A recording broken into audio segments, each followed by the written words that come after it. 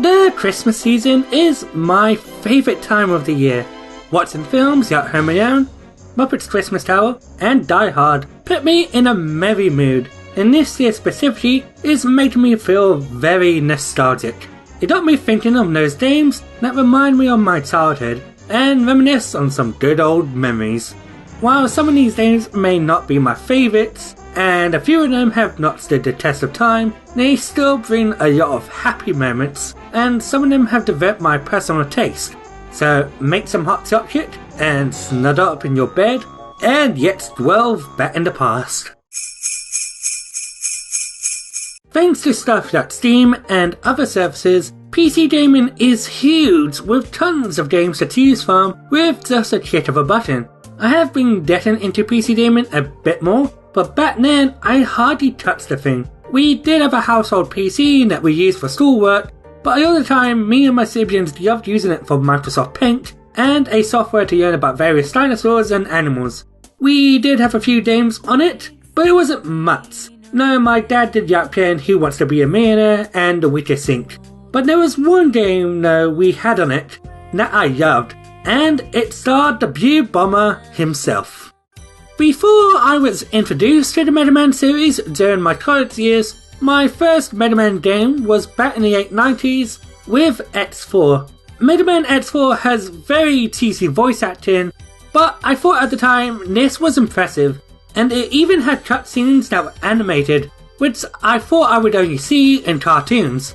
I have never heard of Mega Man before, so when I saw X and Zero teleport into the stages, I thought it was some spin-off of the Power Rangers. We didn't even have a controller, so I had to play it on the keyboard, and I'm glad I get to play it now on the Legacy collection, because playing X4 on keyboard for me was uncomfortable. I still need to play X5 and onward, but X4 is currently my favourite Mega Man title. Our family was heavily into video games back when I was growing up. My mum even had a Sega Master System and a Mega Drive when I was only a baby. The only one who wasn't was my dad. He was, however, into James Bond, especially the Sean Connery and Roger Moore ones, and I think that's where I got my interest in the Bond films. Pierce Brosnan's first film as 007 was released in 1995, and 2 years later it was adapted into a game on the Nintendo 64 developed by Rare. It was probably one of the only games my dad was into. Back then it was an instant classic and an important piece in the first-person shooter genre, but now it hasn't aged well. Still, back in 1997, it was a game my family played a lot, as it featured one of the best customizable multiplayer modes and some of the best cheat codes. There were stuff like detail mode, a tiny mode, a paintball mode, and many more.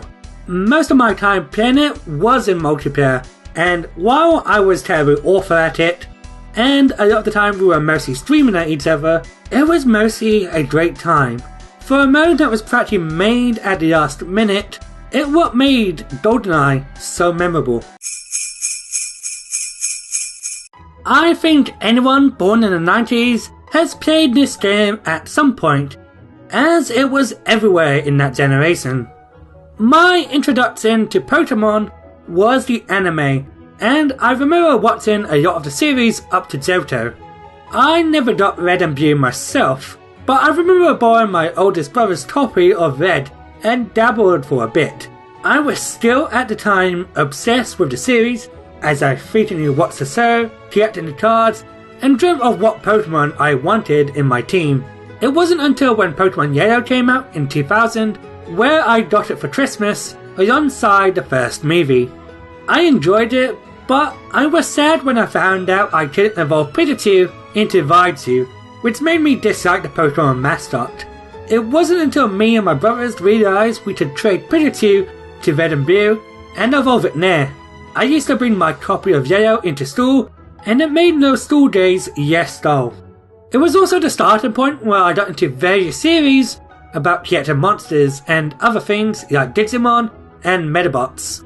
One of my younger brothers is a huge fan of the series, and while I'm nowhere near as a fan as I was back then, it's been one of the key themes we still talk about to this day.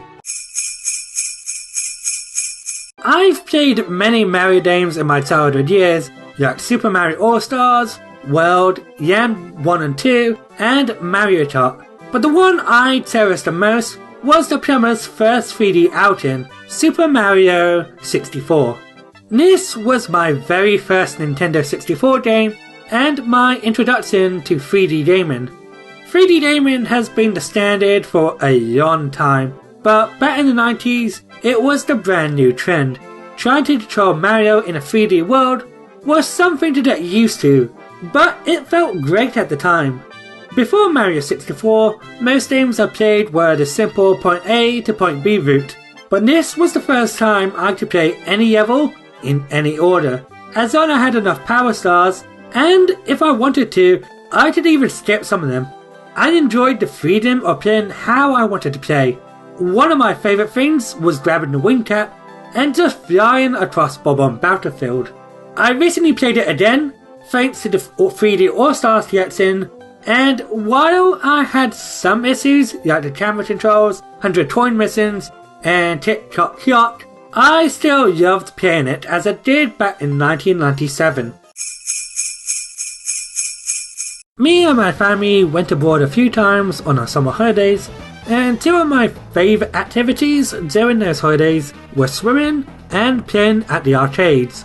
There were loads of arcade games I played, like Wonder Boy, Bubble Bubble, The Punisher, and many fighting games. But one I spent the most time on were the Metal Slug games, more specifically the first one. It was sometimes hard to hear those machines due to outside noise, but I could always hear the iconic sounds, such as "OK, Rocket Launcher" and "Heavy Machine Gun." Despite its cartoony aesthetic, it was pretty violent, with soldiers screaming their lungs in pain and bursting out blood. Arcade games were very partisan, and in Metal Slug, this was no exception, as you died in one hit with only a small handful of lives. I've beaten it now thanks to the console ports and collections, but back in those days, I could never beat it, and as a kid we only had pocket money, which wasn't enough. Me and my younger brother play it every now and then, and thanks to the collection, he started getting into the Neo Geo system. This is one of my favourite co-op games to play, and a good way to kill an hour. The Sega Mega Drive was one of my first ever consoles, and back then we had a little collection cart. It had Revenge of Shinobi, which I never beaten until recently, Columns, a decent puzzle game, Goldeneye, which was an okay beat 'em up, but isn't something I would go back to, and Sonic the Hedgehog, a classic in its own right, and an honourable mention, but there is one game that hooked me in that pack, and that was Streets of Rage. Back then, multiplayer games dominated my household, but a lot of those games featured competing against each other. Streets of Rage was one of those games that made us join forces to beat the game, which was a nice change of pace. We never managed to beat the game as kids, as we used to get our ass whooped by the Stage 5 bosses, who always kept jumping around and throwing us. Despite the sound quality on the Mega Drive, the music for this game is one of my all-time favourites, and every time I listen to it, I get hit with tons of nostalgia. Yuzo Koshiro did a magnificent job. Streets of Rage has some flaws that is probably harder for newcomers to get into, but for me, I love it due to those memories. It's been one of those games I keep coming back to. My favourite game on the GameCube is Super Smash Bros. Melee, and it had some iconic characters that I recognised from the previous Smash title, but there were two I didn't recognise, but they hit so cool. Martha and Roy were some of my favourite characters players in Melee, and I was curious on what game they were from. They turned out to be from a series called Fire Emblem, which at the time was only released in Japan. I was reading the official Nintendo UK magazine and discovered that Fire Emblem was coming to the West on the Game Boy Advance, and I immediately asked my parents to buy it for me. I immediately got it afterwards, but what I didn't realise until years later, that it didn't came out in Europe until the year after, and that my copy was the US version. Ever since then, it has become one of my absolute favourite franchises of all time. Now, the series is well known thanks to the likes of Awakening and Three Houses, but back then, before social media blew up, this felt like one of those games that no one knew about, and I began to sing its praises to the high heavens. Before I was introduced to Fire Emblem, a lot of the games that I played didn't have story and deep characters as its forefront. And besides Pokemon and Metabots, I didn't really play many RPGs. This was my gateway to RPGs and games with deep story. Even now, this is still one of my favourite Fire Emblem games to date. While Fire Emblem Blaze and Sword was my introduction to RPGs, it was Super Smash Bros. That gave me the push towards those kinds of games, as well as many more. I did own Super Smash Bros. On the Nintendo 64, where I was introduced to some of the characters, but it was when I played me, I grew attached to the series, as well as getting into many games like Metroid, Kirby, and properly getting into Zelda. I spent hours playing this game trying to get everything, from the characters, stages, and trophies. Even after I collected everything, I still spent a lot of time on it. I even remember going to my friend's house where me and my childhood pals would spend hours just fighting against each other. My mains at the time were Yoshi, Marth, and the Ice Climbers. Ever since then, I immediately played every Smash game, with Yoshi always being my main. I played a lot of games with my family, but it was Smash that became the game where I played with multiple friends throughout my life, starting with secondary school all the way to my adult life. Before video games became a passion of mine, I was still into Sonic the Hedgehog. I used to watch a lot of the adventures of Sonic the Hedgehog, read some of the comics, and played a lot of his games, with his very first introduction being one of the first games I have ever played. In fact, if I wasn't doing the one game per series rule in this video, the majority would be filled with Sonic games. The Dreamcast was a console I didn't own myself, but my two oldest brothers owned it, which had tons of games on it, like Crazy Taxi, Sega Bass Fishing, and many more. But the one we were all dying to play was Sonic Adventure, and every time the Dreamcast was free to play, I would immediately grab the chance to play it. I was so close to put Sonic Adventure on this list, but then the sequel also came out for the Dreamcast, and that game was mine. Well, it was also my oldest brother's copy too, but it was mine. Sonic Adventure 2 had two stories, the hero story and the dark story, and me and my brother decided to play through one story each, and then both beat the final part together. He did the dark story and I did the hero story. However, I kind of cheated and decided to finish the game myself. I remember playing the last story part, and looking back on it, there wasn't nothing to be scared of. But when I was young, seeing Dr. Gerald Robotnik for the first time, I was immediately terrified and had nightmares for a while. This was the first ever game that made me scared to my teeth.